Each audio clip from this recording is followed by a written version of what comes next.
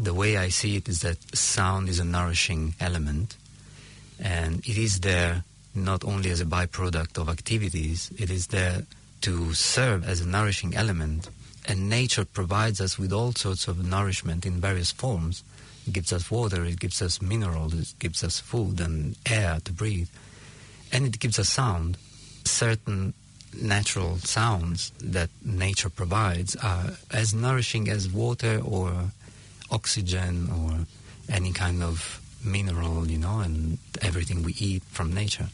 It provides the same kind of nourishment. And so I became very interested in the relationship we have biologically as human beings and with sound, with the sound that nature creates. And my idea at this point, that I just come up with this thought, that everything that makes sound, every sound that exists on the planet, creates a layer. And I use the word phonosphere. Phonos means sound. The same way we call atmosphere the sum of gases, or hydrosphere the amount of water on the planet, we can think of the totality of sounds as a phonosphere. Lovely, yes. Hi, this is Bruce Lipton, and you're listening to Green Planet FM. Kia ora, greetings, and welcome to Green Planet FM 104.6. I'm Tim Lynch, and I trust that you are doing well. I invite you to stay with me over the next hour as we discuss and find ways to take care of our unique and magnificent green planet Earth. This garden universe vibrates complete. Some we get a sound so sweet. Vibrations reach on up to become light, and then through gamma out of sight. Between the eyes and ears there lie the sounds of colour and the light of a sigh. And to hear the sun, what a thing to believe, but it's all around if we could but perceive. To know ultraviolet, infrared and X-rays, beauty to find in so many ways. 2 notes of the chord, that's our full scope. But to reach the chord is our life's hope. And to name the chord is important to some, so they give it a word, and the word is... In the beginning was the Word, and the Word was with God. And as the greatest story of Judaism, Christianity and Islam says, the Word was with God, and the Word was God. And in this profound creation story, a vibration made itself known. Science is belatedly catching up, stating that there was a Big Bang, when the greatest vibration ever burst into being. And when we speak words, our first utterance has our vocal cords vibrating the air that comes out of our mouth as words. In the beginning was the Word. So vibration is very much a part of the way our universe came into being, and also how this message has been carried onward, even to you, dear listener, even today. Many years ago, spiritual scientists were able to show that sound can affect matter, and that by placing a handful of flour on a plate of glass that was about half a square metre, and then running up the edge of it with a violin bow, they noticed certain nodal patterns emerge. Evidently, Galileo was aware of this from his time in the 1600s, and this has been continued by the Theosophists in the 19th century and Rudolf Steiner's anthroposophists in the early 20th century. Many experiences even showed that liquid could burst out of a pool of liquid when sound was involved, which showed that form could come into being, and that standing patterns have been shown to mimic geometric patterns in flowers and plants, and even the shapes of jellyfish. So the importance is to realize that we are totally surrounded by not only beauty and magnificence, but of so much more that is unseen. In the studio this morning, I have Simone Vitale, who has come from Tauranga, who originally comes from Rome, where he took his first breath. And he is a sound healer, teacher and practitioner, plus a musician and composer. And so I wish to say, welcome. Thank you for driving from Tauranga in the Bay of Plenty to present yourself to New Zealanders. Thank you, Tim. I'm really happy to be here. Well, thank you. Yes, it's all about vibes. It's all about vibes. And when we really get to the core of existence, it's still about vibes. So how did you come into being involved in sound and music, Simone? It happened very naturally for me. It happened when I was very young at school, and I started playing music with some of my friends, some of my schoolmates. And that's how it started. So it really was simply about playing music and having fun. Very young, I was around 12 years old. And then it became more and more serious and more professional. And I became a professional musician. I started composing my own music. And years later, I started working in a recording studio. So I'm also a sound engineer. And that gave me really a lot of experience in all the processes of music production, from the first idea to the last mix that people can listen to. And after that, I think it was around the year 2002, 2003, things started changing a little bit for me. So I became more interested in spirituality, meditation, and all these things. And sound naturally moved in that direction as well with me. So my music moved more in the direction of healing music. And I became very, very fascinated by the healing qualities of sound. Well, we are completely surrounded by sound all day, and the dawn chorus every morning allows us to really feel the imprint of birds when they sing. Unfortunately, we are encapsulated in buildings behind glass and walls, and we don't hear that sound. But when we're out in the bush or out in a forest somewhere, that sound can go right through you. I know particularly the bellbird and even the tui here in this country, this sound is just profound. It's like a tattooing on your being. And you've been involved in all sorts of sound in relationship to nature. Yeah. Can you share with our audience, please? Well, it's important what you said, that we are wired to absorb certain sounds, and the morning chorus of birds is an important element. And more often than not, if we live in a city, our morning song is traffic, when we start hearing the cars driving by, and that's not exactly what we are built for. So the way I see it is that sound is a nourishing element, and it is there not only as a byproduct of activities, it is there to serve as a nourishing element. And nature provides us with all sorts of nourishment in various forms. It gives us water, it gives us minerals, it gives us food and air to breathe. And it gives us sound. Certain natural sounds that nature provides are as nourishing as water or oxygen or any kind of mineral, and everything we eat from nature. It provides the same kind of nourishment. And so I became very interested in the relationship we have biologically as human beings and with sound, with the sound that nature creates. And my idea at this point, that I've just come up with this thought, that everything that makes sound, every sound that exists on the planet, creates a layer. And I use the word phonosphere. Phonos means sound. The same way we call atmosphere the sum of gases, or hydrosphere the amount of water on the planet, we can think of the totality of sounds as a phonosphere. Lovely, yes. And we exist in this element of sound, and therefore we are nourished by it, and we contribute to this because we make sounds all the time.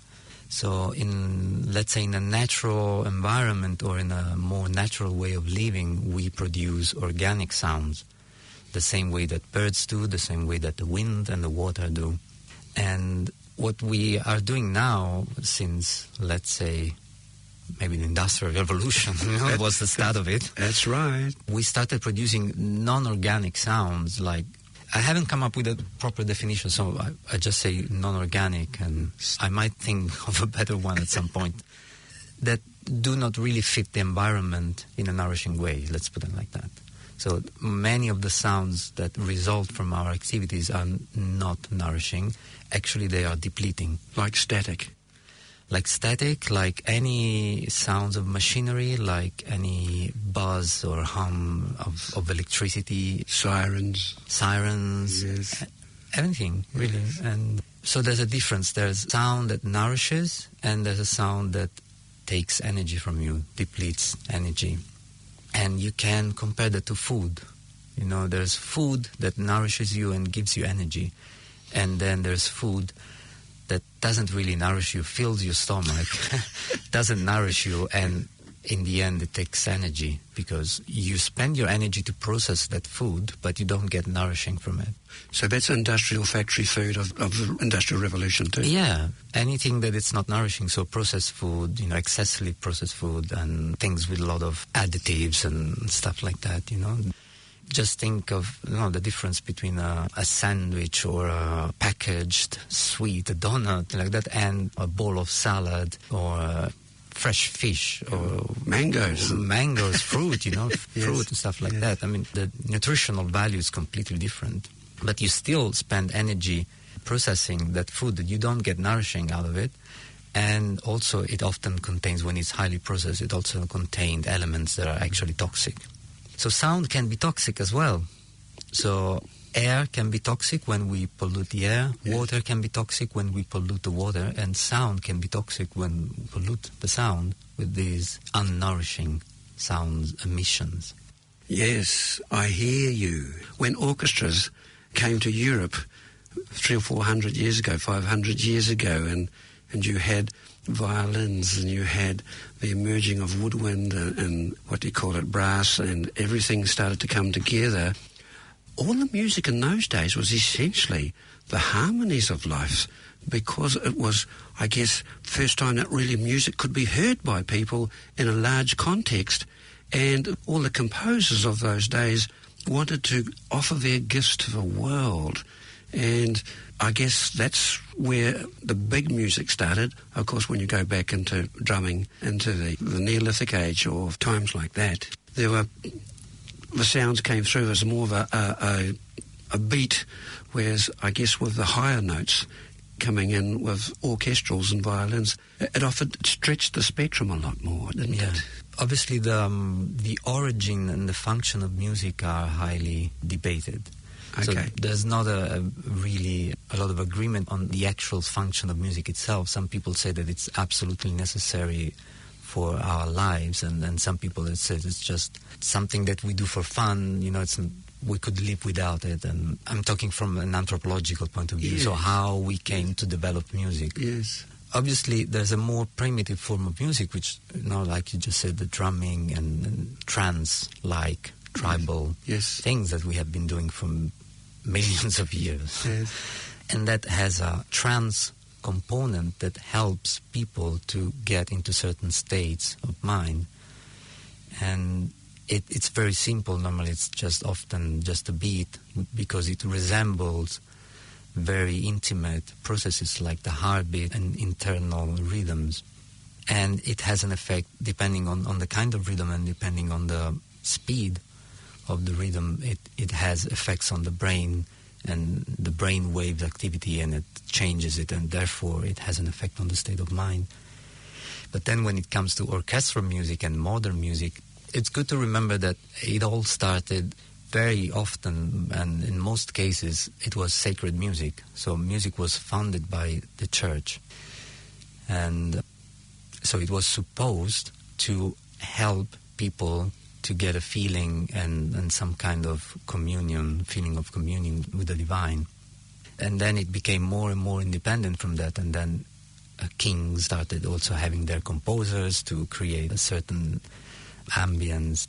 But there was often, in these ancient times, there was still an understanding of the function of music. So, for example, if a king would hire a musician, which at that time was not so much of an artist, but really like it was a craft. Like, I hire a carpenter because I need a table. I hire a musician because he has the skills. He knows, how to craft music. And this idea of the artist came a little bit later. It was more a romantic idea that came later. And musicians used to be hired for their skills to provide certain, maybe for relaxations or to create a harmony harmonious ambience. Yes. And so there was an idea that music has an effect. And I mean, we're talking about Europe and orchestral music in Europe, but for example, in China, yes, which has a much more ancient music tradition, as well as India, music was very almost scientifically used. They have very complex musical systems, and they have different scales. They have different effects on people's biological processes and emotional states, and they used to use this music very, very precisely for certain outcomes. And then at some point the whole thing became more independent, and then the artist came out, and music became an art form, and also became a form of self-expression, and which step by step slowly led to music as we know it today, which is mainly an artistic act and mainly an act of self-expression of the artist who makes the music. It has made music into something very, very individual, very personal, and maybe in most cases, not all cases, of course, there are some really great artists and musicians and composers that are really devoted to using music in a healing, but also just, as a social tool, that they are aware of the responsibility. Yes. But otherwise, music, let's say in the more consumerism side of music, is just like packaged food. So it's not really nourishing, and it's just made to sell a product. And it's enjoyable, of course, because we all enjoy music. It's just that we are constantly bombarded by music, and also when it's not requested. And that's mainly the part that I normally question more. Do I need to hear music that I don't want to listen to in a certain time just because maybe I'm walking into a shop because I need to buy something at that moment? Do I need to have that music as a background, That's called wallpaper music? Yeah, and of course there's a lot of studies. The reason why they use music in shops is because apparently it's manipulative, it creates a certain state, and they have done a lot of experiments and studies that certain kind of music makes you buy more and blah, blah, blah. But yeah, it's all about selling something, It's really not about nourishing, it's about selling something. Yeah, because in America, then you have what you call black soul music, where as a result of slavery, a lot of the blacks sung songs that had really, really deep meaning to them. One major one was because they didn't have freedom, but the word soul was dropped into the music world, for want of a better word, and it was a real deeper connection to one's being. Yeah. Can you sort of add to that, or is it part of a process of humanity learning how to use both sound, singing and instrumentals to express their deeper feelings? Yeah, and singing together is, we do a lot of studies nowadays. We like to study things, People like to do scientific studies on all sorts of things. So they have been studying that singing together is very healing, It helps building a sense of community, because, that's generally what happens when you do things in a group. But if you add music and you sing together, apparently the bonding is much deeper and much quicker. And so I can imagine, these people, these slaves in doing their work and obviously crying for the freedom that has been taken from them. They just used to sing all together.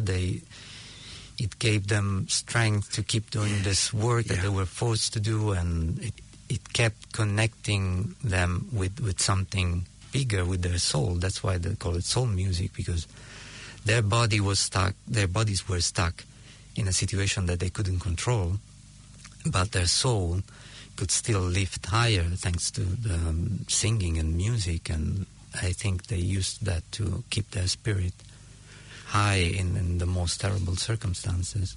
And that's one of the many powers of music, of course. That's wonderful, yes. When the missionaries came to the Pacific, one of the things that they did do when they went to all the Pacific Islands, they, in their wanting to get the so-called First Peoples of all these islands to take on Christianity, they got them singing. And the singing was very uplifting as well, and it made a lot of singers happy. And this is where the heart component comes out. When you really are happy singing, you can actually feel your heart. Yeah, I mean, if you talk about missionaries, obviously it's very delicate. It is. But yeah, obviously the component of music itself is great, and it can bring people together in a very special way. But again, it can be also a manipulative use. So it is manipulative in supermarkets, and I guess it was probably manipulative also in the case of the missionaries. Oh yes, most definitely, because it means that a lot of the indigenous songs of the past were essentially pushed out the back and forgotten. And so this is a very important thing, Simone. Yes, well, I've come across a whole lot of different uses of sound, and there was a situation where I had in the studio here in Auckland a person called J.J. Hurtak. He was a Jewish scholar who wrote the book Keys to Enoch, and he took a group of people to the Great Pyramid of Cheops in Egypt, and they went into the main gallery, and it was all dark, and they started to chant. I don't know exactly what they chanted, but they chanted and chanted and chanted, and after 20 minutes, the darkness of that whole gallery turned to light, and it vibrated so high that they could actually see themselves chanting. And this is going way back, because you go back through Buddhism, through Hinduism, and there's the chanting that's always been there. And I just find that quite profound, that we can vibrate ourselves. And it's really interesting because the Moody Blues back in 1968 said, vibrations reach on up to become light, then through gamma out of sight. And it goes on, and there's a whole little story around it, that we actually live in a garden universe that vibrates complete. And we can tune into this magnificent garden of existence. And in many ways today, other than within the certain artistic fields, and the commercial dominance of sound has allowed us to not remember that we live in this vibrational world, that you and I are both energy beings, and we all oscillate at a particular frequency. And essentially every baby born into this realm is a vibrating baby, and the whole universe vibrates too. We all have this, we can all tune in to something greater. And with your expression as an artist and as a sound healer, you go about taking people and bringing them into alignment, for want of a better word. Yeah, I think that's a really good word, alignment. And it is a lot about noise, you know? It's a lot about what prevents us from not feeling that alignment to the essence of life often in our lives. What is, and we can really see it as noise. You're trying to listening to something and there's a lot of noise around you. And noise can be acoustic noise, so now we're talking about sound, and we're talking about, I talked before about noises. But noise, you can use it in a more generic sense. Everything that interferes with a clear connection is noise. So now we are, with microphones, we're recording this conversation. And there's going to be a level of noise in the microphone and in the mixer, and that finally gets to the recording. And when you're recording something, you always want to keep the ratio between the signal and the noise appropriate, because the signal is our voices, and this is what we want people to hear.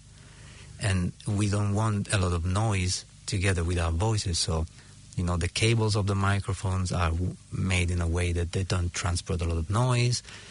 And the software that you're using to record is made to capture mainly the frequencies of the sound and not noise. And there are filters that you can use to adjust, all this technical stuff. Let's use this as a metaphor of the fact that what is the signal and what is the noise. So you talk about alignment and you talk about feeling this sea of vibes, you call them vibes before, we are immersed in, and that connect us with everything else. And when we have a clear feeling of this connection, when we have a really strong sense that we are connected to everything, and there's, you know, spiritual realm, and there's purpose and life, that's signal. That's what I would call signal. Everything that interferes with feeling so connected is noise. So a noise is also worrying, having a lot of thoughts. That's mental noise. Or being distracted by so many things around you, like advertisement. That's, you know, the main function of advertising is creating noise, because they try to get your attention in the most clear and strong way. So they create noise because they catch your attention. So they distract you for a moment from feeling yourself. And that's the whole mechanism, because obviously if you feel yourself and everything's fine, you don't need so much. But if someone manages to grab your attention and pull your attention away from yourself and your sense of inner being, then they might be able to convince you that you need something else. So that's noise for me. I call that noise. And then, of course, there's actual noise, acoustic noise. So again, if we try to have, now we're sitting in this cozy, quiet room, so we're having a really good exchange. If we were having the same conversation in a crowded pub where there was loud music and people shouting, Yes. over, you know, to hear themselves over the music, and this conversation would be much harder, you know. We would have to really be focused on each other to keep the connection and be able to carry on this conversation. And that's a little bit how we navigate through life and in this kind of society that we have created. We go through a lot of noise, and keeping the connection to the essence it has become active work. Whereas in a natural environment, it would happen more spontaneously, because everything around you is reminding you of that. The shape of things, the color of things, the sound of things in the natural environment remind you of who you are at your essence. In the urban environment, everything is distracting you from your essence. It's creating noise, and that disturbs this connection with your essence. Yes, with animals, I'm really interested from the standpoint that wolves can communicate over far greater distances, and we don't really know the full story about that. And elephants can have a rumble that can carry long distance, and sperm whales can, when they're deep down in the lower isotherms of the ocean, they can communicate for thousands of kilometres. It's like the world whale web has been going on for a long time, and it's just, again, all these clicks that go out, and so we are essentially surrounded by all these fantastic animals that are communicating, and our noise of aeroplanes and cars and God knows what else is overruling them. And some years ago they mentioned that tuis in Auckland were losing a lot of their song solely because of the noise starting up at daybreak as well. And so the animal kingdom is under duress at a lot of levels because of our human industrial ways of life. And so what you're able to do in many cases is to take people away to a quiet place where you can have a studio among nature, and you can allow people to listen to a tuning fork or something like that. Can you just explain a little bit? Because I think this is really important, that we've got to realise that we've got to immerse ourselves in the richness of nature as against a wall of sound. Yeah, well, unless I'm running a retreat or doing something very special like that, I normally end up working in the urban environment, because I also think that's important, because that's where people need it the most. So obviously a certain degree of quiet in the room or in the place where I'm working is necessary, because what I find very powerful is working with sound very gently. Because another consequence of the level of noise that we are always surrounded with is that our deep listening is often not engaged, because there's so much noise that we actually are protecting ourselves from this noise. So we activate all our filters and the capacity of our brains to filter out things that we don't need to listen to, but we still hear them. Sounds, even if you don't notice hearing a sound, you're still hearing that sound, and that's work that the brain does to filter that sound out of your awareness, because you don't need to hear that. And that's a lot of work for the brain. The more sounds you have to cut out of your awareness, the more the brain is working really hard. Yes. And because of that, it's like when you go to a concert and there's loud music, and then the concert ends and you go out and suddenly you realize that you can't hear very well. Experienced that, yes. Yeah, that's called a temporary hearing loss. And then after a couple of hours, everything goes back to normal. That's the effect of the noise. So we are surrounded by a high level of noise so much time of the day that we are in that state. We are in the state where the threshold, we have raised the threshold, so we are not so sensitive to subtleties. We are not so sensitive to hearing subtleties in sound. So I like to work very gently and quietly, because then the nervous system calms down and the hearing starts opening. The hearing, I don't mean only in our ears. We hear with the whole body. It's Thank you, yes. Sounds received by the body, by the full body, and then we process them mainly through the ears, and we translate them into what we call sound, but the vibrations actually are reaching the whole body. Is that holophonic? Holophonic sound, no? I'm not sure. Yes. It's just that sound is basically vibration in air. Yes. And we translate that vibration into a sound in our brain, but the vibration is still reaching also the body. So we hear also through our bodies.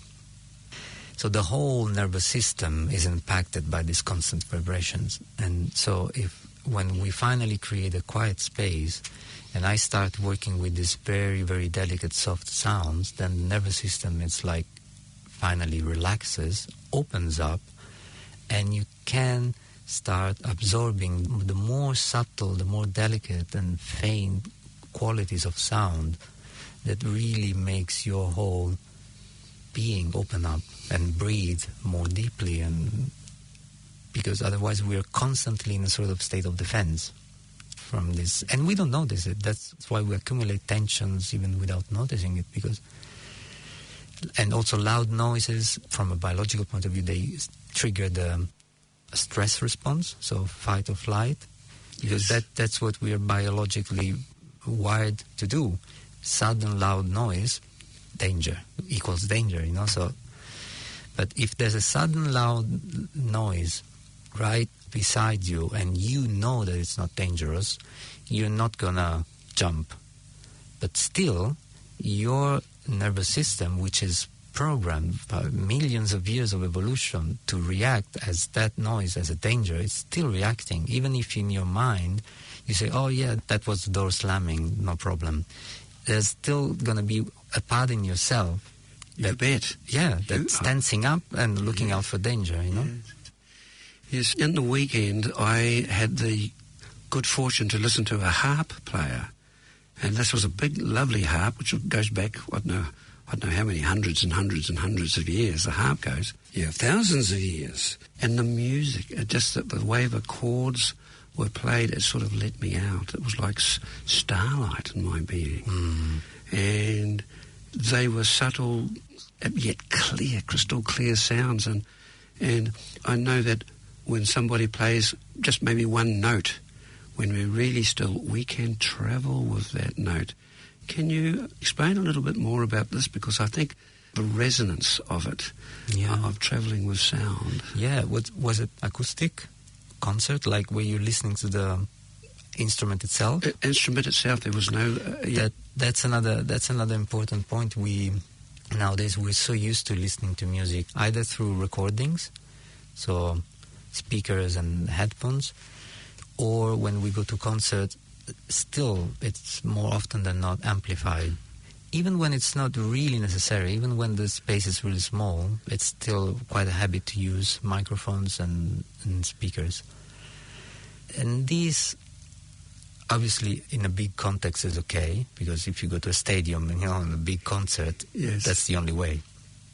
But I often try and encourage people and musicians to avoid that when they can, because we lose so much when we have to listen to music through speakers, because there's a transformation process. The sound becomes an electrical signal, and then it's turned into acoustic signal again.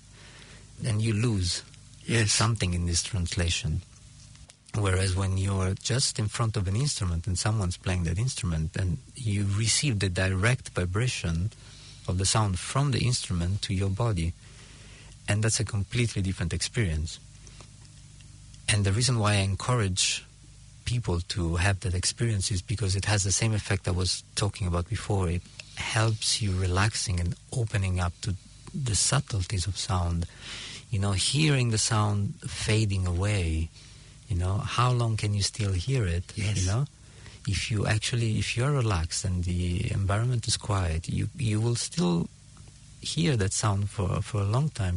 I used to do this with friends, and in a studio where I was working in Rome, there was this grand piano, and sometimes we used to spend some time there having chats and jamming and things. And then to people who, whenever we had people who were either not musicians or maybe not so much experienced with instruments and things, I would say just sit there and listen. And then I would play a note on the piano and keep the key down with my finger, and then you would hear the sound fading away, and becoming quieter and quieter and quieter and quieter. And then at some point it feels like it's gone, and then I would lift my finger from the key, and then at that point the sound would actually be gone. Yes. And people would surprise, the sound was still there, I couldn't hear it, And that's such a powerful experience. Thinking that the sound is gone and okay, well, that's gone. I can't hear it anymore. And then I actually lift, so the key comes back up and the string actually stops vibrating. And then you actually hear that there's more silence. So you were still hearing the sound, but you were not able to recognize it. And that's the level of deep listening that I'm talking to, that we lose with so much noise around us. And that we can still experience when we listen to an acoustic instrument in an acoustic environment. You can become sensitive again to these subtle levels of amplitude and how the sound is touching your body. Sound is a way of touching a distance, because if I'm talking to you, you hear my voice through your ears. But the air that I'm moving is also traveling from my body to your body. So I'm actually touching your body with my voice at this moment. Yes. And so sound establishes this connection, It fills the space between us. My sound is now traveling towards your body as you listen to me, to my voice. So I'm filling up the space between us with my voice, and I'm actually touching your body with my voice. Mm. And if we could actually see those If we could actually see it, exactly. Yes, well, with indigenous peoples, particularly, say, the Amazonians, there's no external Western industrial sounds, and so everything is still in many cases. Maybe you'll hear the wings of a bird flying through. Or a chainsaw cutting out some trees. Ooh, yeah. Unfortunately. But I've sat in situations, not recently because there's less insects, but I've lain on a hill in long grass on a summer day, and I can hear anything from bees to crickets underneath, and all the insects, particularly sometimes you can trace their movement all around. It's like following a trail in the air around you of all these insects, and again, it just allows you to realise just how marvellous the world that we live in. Yeah. And here we are, we lock ourselves down inside an air-conditioned building and miss out from it. Yeah. Yes. And that is so beautiful, and yet it's disappearing so quickly. Because if you want to experience that fully, that just natural environment, the sound of the natural environment, you only want to experience that, it is so difficult. You know, you go for a walk in the bush and you still hear the traffic, and then you keep walking. Finally you get to a point where you can't hear the traffic anymore, and maybe it's a few kilometers, you know, depending on how high and low the hills. And then you're finally, God, yes. this is it, you know. And then there comes an airplane. That's it. You know? And of course we can still relax. Of course it's much more relaxing being out there than being in the city. But what I find incredible is that where do we have to go to actually not hear any man-made noise? Where do we have to go? I'm sure that there's an answer. There are places where airplanes don't fly over, you know, and things like that. But I think those areas are shrinking, you know. It's becoming less and less places on the planet. And, you know, the ocean. We don't live in the ocean, so we don't think about it. But the ocean is as polluted acoustically as even more, because sound travels through water farther and faster than through air. And as you were saying before, whales, they can communicate thousands of miles away from each other. And, you know, the people who work in, you know, marine biologists or people who work in the ocean and they study sea life and things like that, if they use underwater microphones, they catch up a lot of noise. That's the reality. And you were saying that the tui birds, you know, is losing some of its songs, and it's happening to a lot of animals, that they have to change their songs and calls that they have established through, you know, hundreds of thousands of years. And if they live close to any human activity, they often have to change. Whales are raising the tones of their songs because of the noise. They can't hear themselves. They can't hear each other, you know, when they communicate in such huge distances. So they have to shout. They have to shout. They have to change the pitch of the songs, because then the new pitch is going to be above the frequencies of these low noises of the boats and all this stuff. It's horrific. I've been lucky, I guess, to swim in water at a beach, and with my head fully immersed in the water, like I've dived down, I hear boats, and I can hear the propeller like that, and then there's so many different propellers, and then glug, glug, glug, glug, glug, glug of a big ship going past. And I know that the military are using sonar, and they're using all sorts of technologies that they say are really impinging on the very sensitive hearing apparatus of all the whales. And they're talking about maybe the pilot whales are really beaching themselves.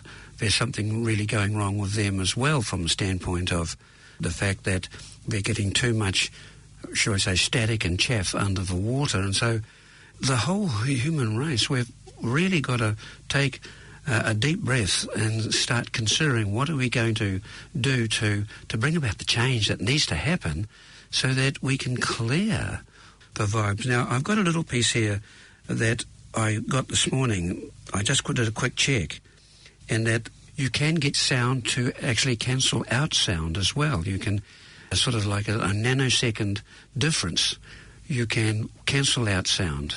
And if you go up on the web, you can be able to find data on this, and I did actually thought I copied it across. Noise cancellation speakers as a method to reduce or completely cancel out undesirable sound. And people want to look at this, so that if you've got a motor mower mowing lawns, you can get that same sound, have it a nanosecond out of sync, and supposedly cancel it. Well, I mean, That'd be wonderful. If we can do that, we need to be able to get on to, get beyond the internal combustion motor. And so that cuts out a lot of sound. And there's another thing that I quickly looked at. Can opera singers really shatter glass of a high note? And I saw a video, and it was a male, and he held up this wine glass, and he had a bit of practice, and then bang, his sound actually shattered it. And so there's another side to the fact that it's sound vibration. I mean, we can go to heavy metal, and I know that there's sometimes I can't go into a place where they're playing heavy metal music because I myself feel that I will shatter.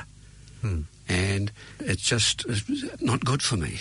And so again, we realise that there's this other side, and yet when, like Debussy, I'm a very keen Claude Debussy listener because he used tonal music, and I don't know if you've spent much time with this.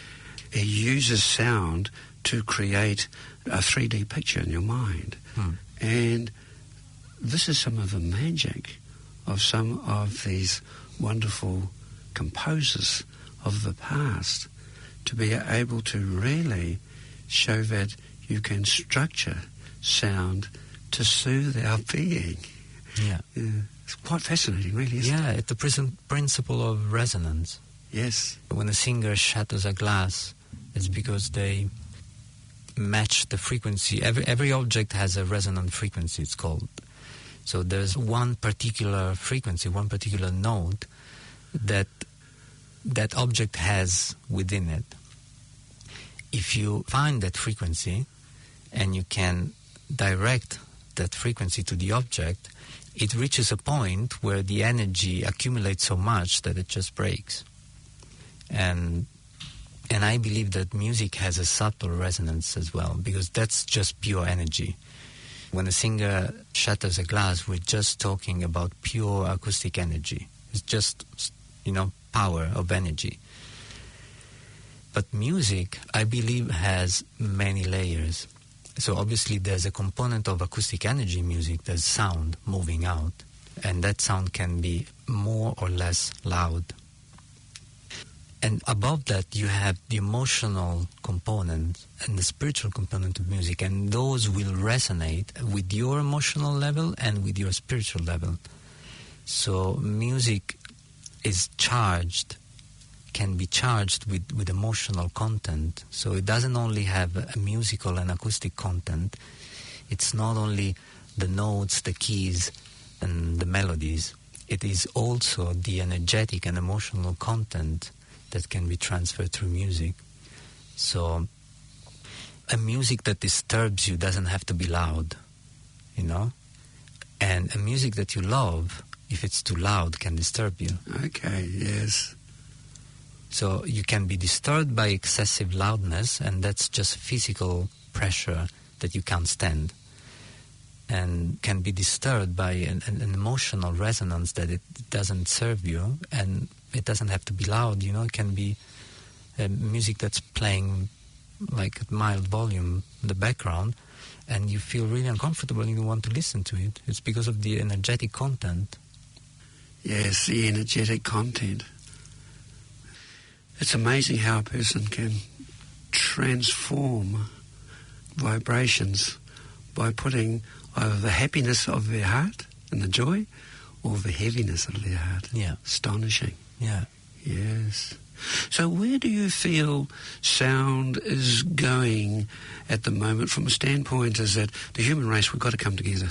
We have to solve all the challenges of the global family because we're in a critical situation, and it doesn't matter if it's ecological, economic or societal. We realise now, 7.6 billion humans, that we have to, so we say, drop our stuff and realise unity consciousness and come together. Sound, I feel, has got a very important part to play. Yeah. Yeah, I think what I see is that this big growing interest in the field of sound healing is just one of the many expressions of a sort of awakening that it's happening. So it is the equivalent of the organic movement in food, or, eco-building. Yes. It is just the equivalent in sound and music. It's the awareness that the way we have been doing things until now has created a lot of damage, and we need to do things differently. So the way we have been using sound until now has created a lot of damage, so we need to start using sound more consciously. And I see it's just a facet in this massive interest and growing movement of sound healing and devotional music and healing music. It is just one part of this shift that we are taking at the moment, of just realizing we need to use things consciously. Whatever we do, we have to do it consciously. Consciousness and consciously is the major word of the moment. I do agree. We always have to factor our future, our children, into where we're going.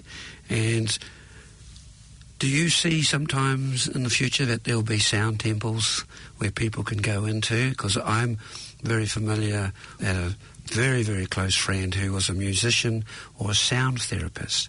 And she had a nice Steinway grand piano, and people could come in and just sit or lie down, and she would play music. And the music would allow them to trigger something in them that allowed them to go back into previous lifetimes. And each person would go in a different direction, but they'd look at their particular lifetime as a result of the chords that were playing. And it just reminds me, because I just remembered it just now, where we are here at the Planet FM radio station in Unitec. This used to be called the Oakley Asylum. It was a place where we used to have put people away for treatment if they were classified as lunatics, which is a terrible word. And she came here, 50 years ago with her piano, and she was taken to a room where there's a lot of these toddlers, little 2-year-old or 3-year-old babies. And for want of a better word, they were severely damaged, neurologically wise. And they were all just lying there and sitting there, and they were virtually all mute, totally all mute. To use a very cruel word, they were vegetables. And then she looked at them, she did a little meditation, and then she started playing music, and every one of those children got up and started swaying and moving around, and all of a sudden, in a sort of like an ecstatic moment, they realised something far, far greater was happening, and they were sort of going into joy. And next minute, a superintendent came around and saw what they were doing, and she said, stop that music, and my friend stopped the music, and all those children just slumped down and sat down again. The superintendent came in and said, out, go. Yeah. Wow. Yeah, wow. And just remembered it just then. So, I mean... So why did she go there in the first place? Was she called to be there? And then they realized that it was too much? What? It's crazy. Yeah, well, she's not alive now, but she conveyed the message to me, the story to me, that she found herself. You know, sometimes you can end up going to a place there. My God. And as if she was being guided there, and she played the sound to all these dear kiddies, and they all rose. Wow. And then she was told, don't come back. Yeah, don't come back. It might be healing for them. Don't come back. Well, not only that, it showed a whole new realm outside drugs. Yeah. So there's a lot to our world that we don't know. So how would you like to see the world? From a vibrational point of view, Simone? Well, I don't think I can save the world, but I can definitely do my part. Yes. So I consider myself a sort of sound and music activist, if you know. Yes. I just like this definition. Yes.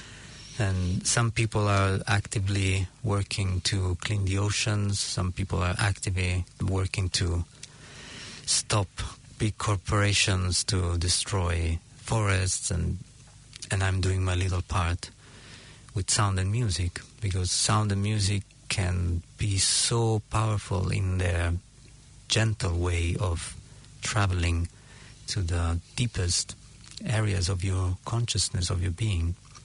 And I'm happy to do my part to touch that string inside of people, that even if for just a moment they can find that alignment that you talked about in the beginning of this conversation, that suddenly feel that they are not just independent beings, but they are elements, in a bigger organism.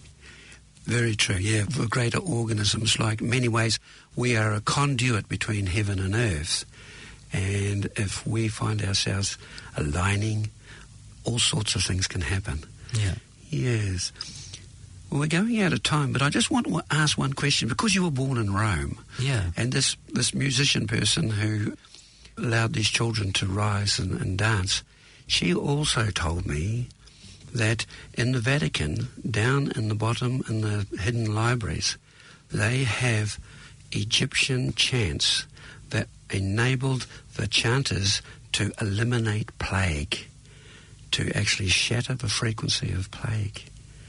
And there could be a lot more information that needs to come out. Yeah. Yes, astonishing. Astonishing. Well, yeah, a lot of precious information has been taken and hidden throughout history. So, and it's all coming out again, one way or another. Some people have intuitive downloads of this information, and other people find actual documents here and there. And so I think it is happening slowly. It is the time. Either we actually do the shift, or we just have to wait for the next round. Yes, yeah. Well, we trust that we can make this change because we are the people whom we've been waiting for. Yeah. Simone, I'd just like to be able to say that when the Beach Boys brought out their song in 1966, Good Vibrations, the vibrations coming from that sound and the happiness coming from that sound definitely made an effect on me right up until this moment. So I want to say thank you very much. Your website, please? My website is thesoundhealer.org. My website is thesoundhealer.org. Simone, thank you very much. Wonderful sharing today. Thank you. Thank you for having me. When I was a kid, when I was around 5, 6 years, 7 years of age, there was a pond that used to fill up with water in autumn and winter and spring, and I'd hear the frogs.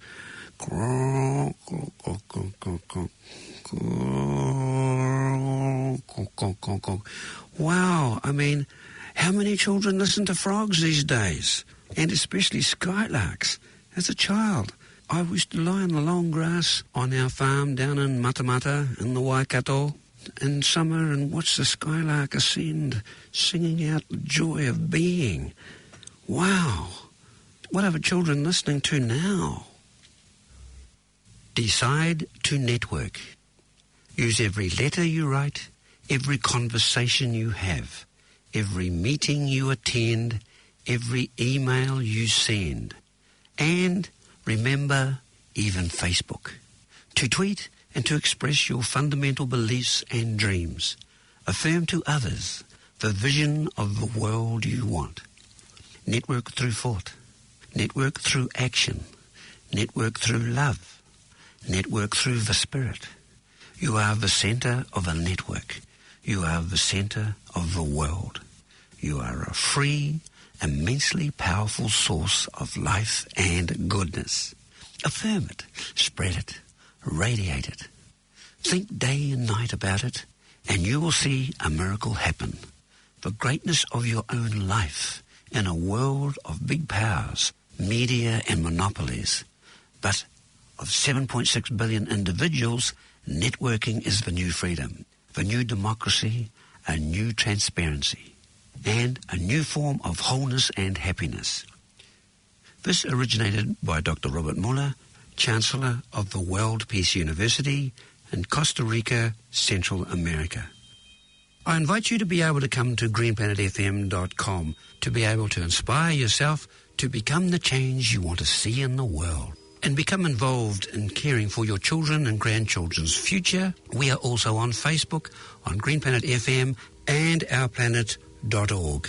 This is Tim Lynch in the spirit of Aroha, wishing you a wonderful week. We look forward to being with you next week. I say kia kaha and haere rā.